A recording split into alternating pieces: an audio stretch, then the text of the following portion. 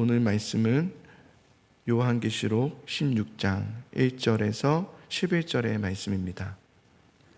또 내가 들으니 성전에서 큰 음성이 나서 일곱 천사에게 말하되 너희는 가서 하나님의 진노의 일곱 대접을 땅에 쏟으라. 첫째 천사가 가서 그 대접을 땅에 쏟음에 짐승의 표를 받은 사람들과 그 우상에게 경배하는 자들에게 악하고 독한 종기가 나더라. 둘째 천사가 그 대접을 바다에 쏟음에 바다가 곧 죽은 자의 피같이 되니 바다 가운데 모든 생물이 죽더라. 셋째 천사가 그 대접을 강과 물 근원에 쏟음에 피가 되더라. 내가 들으니 물을 차지한 천사가 이르되 전에도 계셨고 지금도 계신 거룩하신 이여, 이렇게 심판하시니 의로우시도다. 그들이 성도들과 선지자들의 피를 흘렸으므로 그들에게 피를 마시게 하신 것이 합당하니이다. 또 내가 들으니 제단이 말하기를 그러하다. 주 하나님 곧 전능하신 이시여, 심판하시는 것이 참되시고 의로우시도다. 넷째 천사가 그 대접을 해에 쏟음에 해가 권세를 받아 불로 사람들을 태우니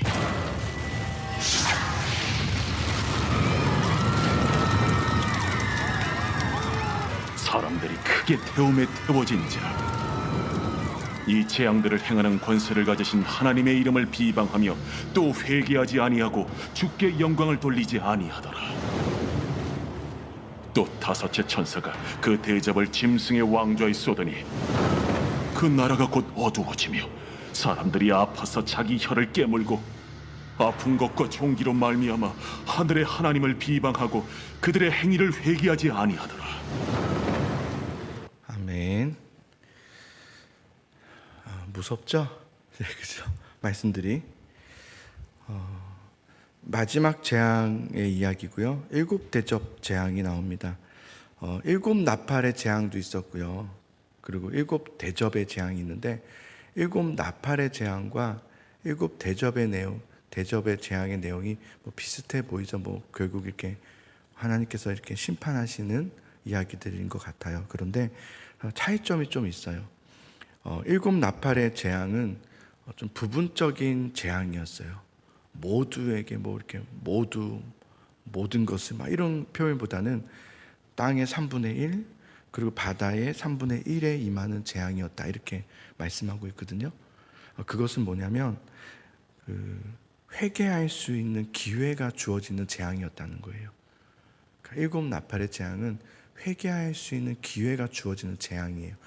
그래서 여러분, 우리가 살면서 고난이 있고 어려움이 있는데 그것은 우리에게 왜 유익이냐면 그것을 통해서 내가 하나님 앞에 회개할 수 있는 기회를 얻을 때, 내가 돌이킬 수 있고 나를 돌아볼 수 있는, 회개할 수 있는 기회를 얻을 때 그 재앙은, 그 고난은 복이 됩니다. 그렇죠? 그런데 그 고난이 나에게 유익이 되지 못할 때가 있어요. 그건 어떨 때냐면 회개함이 아니라 분노할 때, 그때는 그것은 나에게 유익이 되지 못하죠. 그런데 이 일곱 대정의 재앙, 일곱 나팔의 재앙은 일정한 한계 속에서 기회를 주시는 재앙이었어요. 그런데 일곱 대접의 재앙은 그게 아니라 심판이 그냥 온전히 부어지는 재앙이에요. 그러니까 우리에게는 회개할 수 있는 기회가 주어지는 것이 언제나는 아닌 것 같아요. 언젠가는 그 문이 닫힐 때가 있어요. 사람마다 그 시기는 좀 다른 것 같아요. 그게 딱 닫히면 그때는 열자가 없다고 그랬어요. 우리는 오늘이라도 회개하며 주님 앞에 돌이킬 수 있는 기회를 주어졌지만, 그러나 나는 언제나 돌아갈 수 있어가 아닐 때가 와요. 그런 재앙이 바로 일곱 대접의 재앙이에요. 자, 1절부터 한번 보겠습니다. 또 내가 들으니 성전에서 큰 음성이 나서 일곱 천사에게 말하되 너희는 가서 하나님의 진노의 일곱 대접을 땅에 쏟으라 하더라. 자, 사도 요한이 환상을 보며 듣는데 그 성전으로 하늘로부터 큰 음성이 나와요. 그 음성이 이런 내용입니다. 하나님의 진노가 담겨진 7 대접을 땅에 쏟으라. 이제 하나님의 때가 이른 거예요.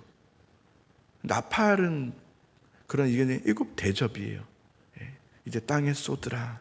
그 명령을 받은 7 천사는 차례대로 불신한 세상을 향해서 믿음으로 살지 않은, 순종하며 살지 않았던 그 세상을 향해서 그 진노의 대접이 하나씩 쏟아 부어집니다.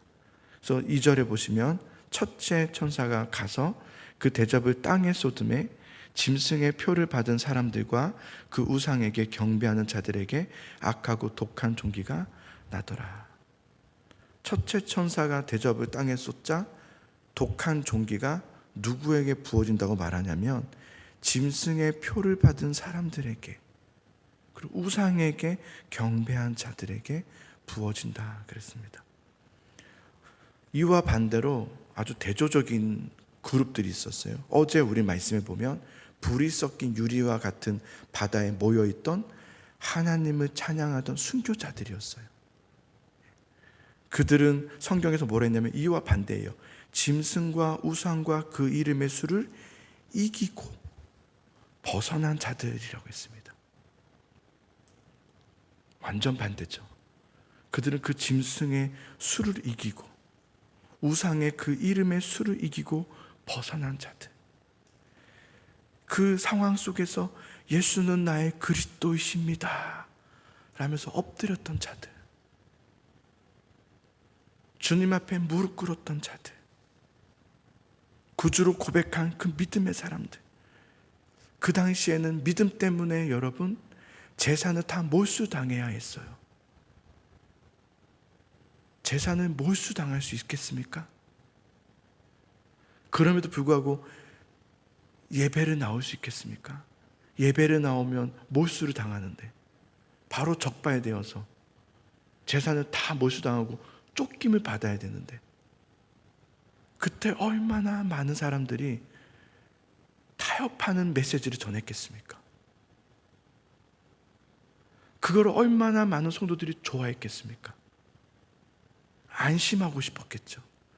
그러나 그렇게 하지 않고 하나님 말씀 앞에 타협함이 없죠.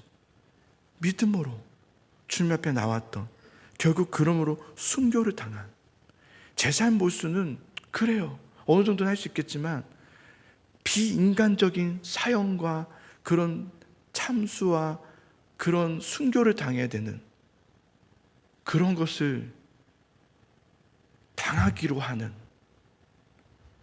이거는 우리가 이해할 수 없는, 그러나 참 믿음으로 나아갔던 그들의 모습. 그들은 그렇게 죽임을 당한 자들이었습니다. 그러나 마지막 날에 우리가 어제 말씀 보니까 그 마지막 때에 주님의 보좌 옆에서 서서 기쁨의 찬송을 부르고 있습니다. 승리의 찬송을 부르고 있죠.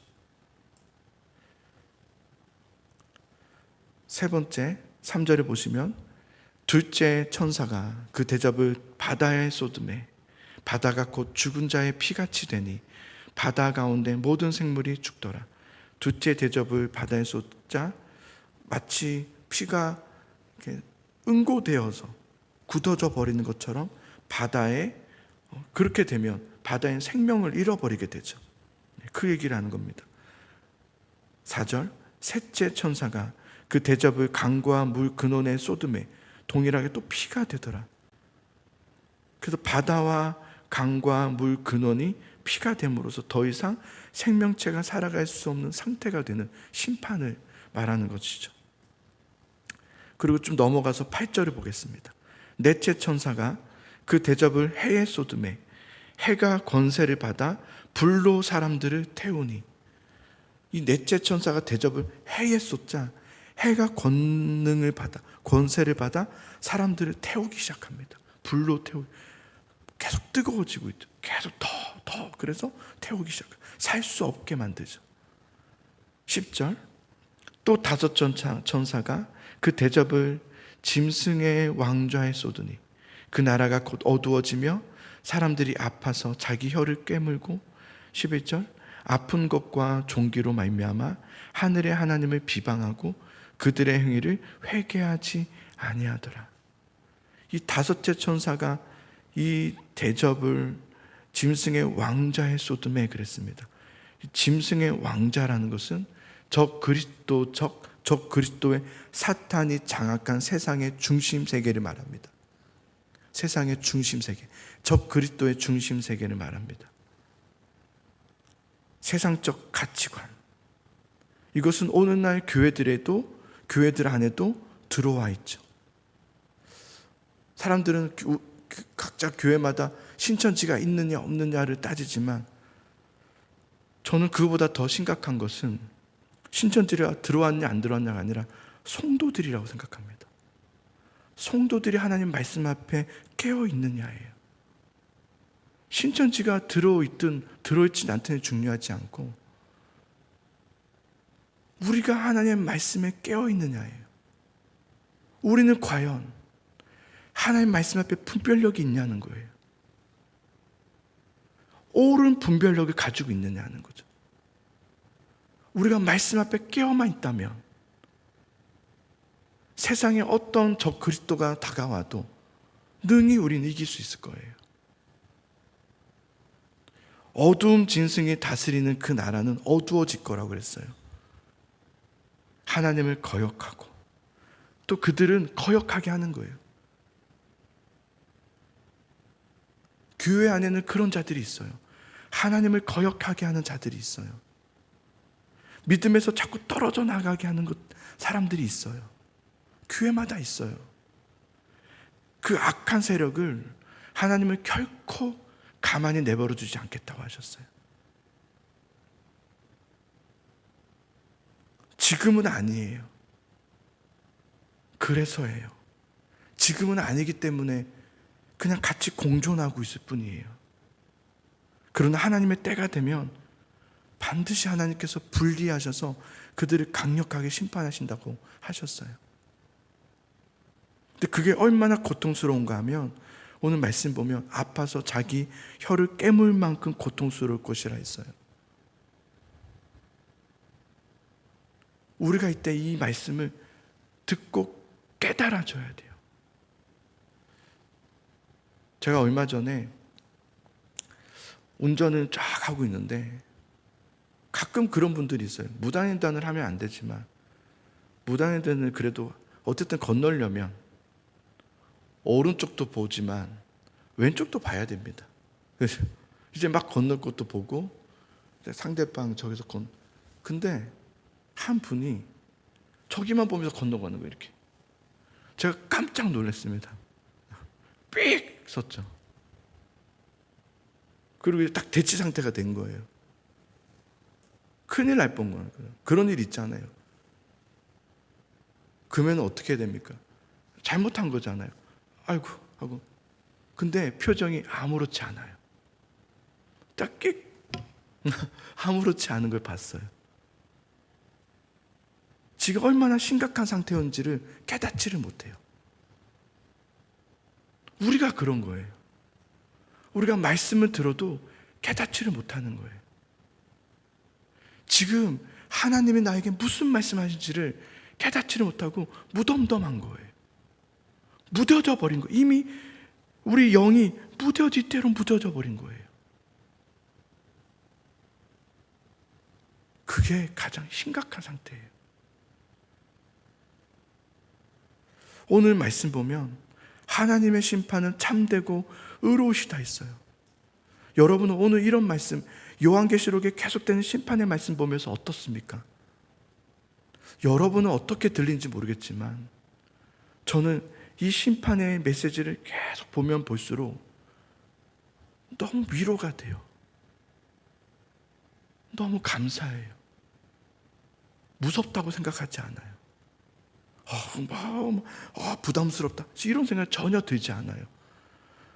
너무 알겠어요.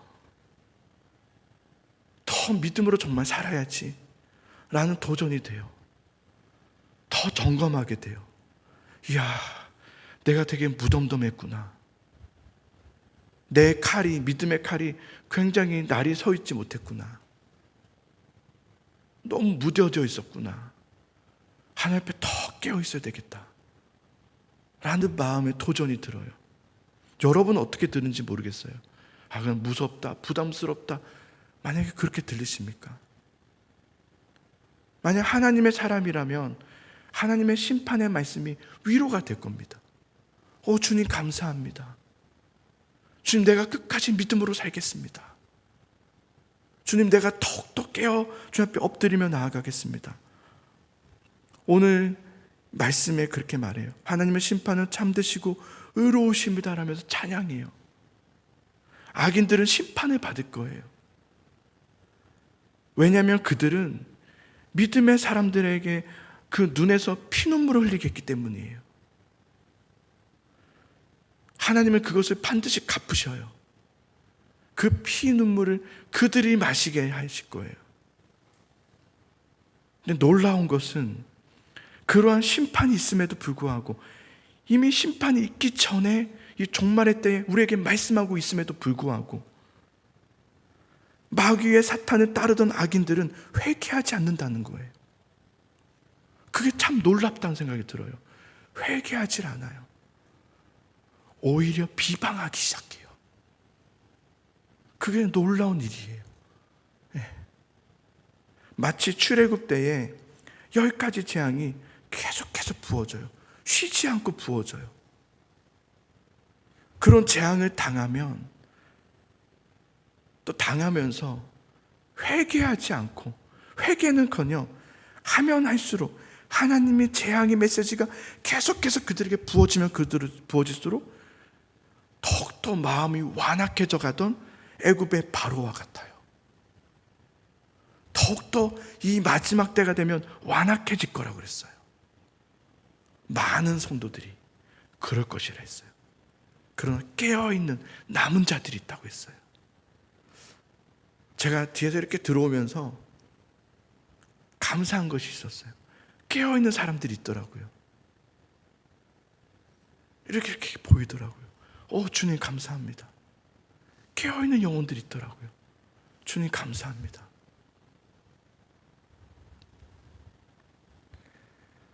그 영혼들이 있기 때문에 교회가 있는 거예요. 물론 그 교회는 염소도 있고 양도 있어요. 그러나 양이 있기 때문에 교회가 있는 거예요. 악인이 있어요. 악인이 왜 악인인지 아십니까? 다른 게 아니에요. 악한 일을 하기 때문이 아니라 회개하지 않기 때문에 악인이에요. 악인에게는 회개가 없습니다. 그게 특징입니다. 돌이킴이 없습니다. 비방이 있습니다. 회개는 누구만 할 수 있다고 그랬죠? 믿음의 사람만이, 하나님의 사람만이 할 수 있는 것이 회개라고 했습니다. 정말 그렇습니다. 그래서 여러분이 말씀을 보면서 회개의 역사가 일어난다면 그것은 은혜입니다. 후회가 아니라 회개가 된다면 그건 은혜입니다. 주님 앞에 마음을 찢으며 주여 나를 용서하소서. 내가 교만했습니다. 내가 명의 욕에 빠졌었습니다. 내가 재물의 욕에 빠졌었습니다. 내가 성적인 욕에 빠졌었습니다. 용서하여 주소서. 회개는 은혜입니다. 울며 돌이키는 것은 은혜입니다. 그에게는 기쁨의 단이 있습니다. 여러분, 엎드려 주님 앞에 회개하는 은혜가 있는 복된 성도님도 될 수 있기를 주님의 이름으로 축복합니다. 그 복을 누리시기를 바랍니다. 오늘 그 말씀을 듣는, 오늘 말씀을 듣고 돌이키는 여러분들 되시기 바랍니다.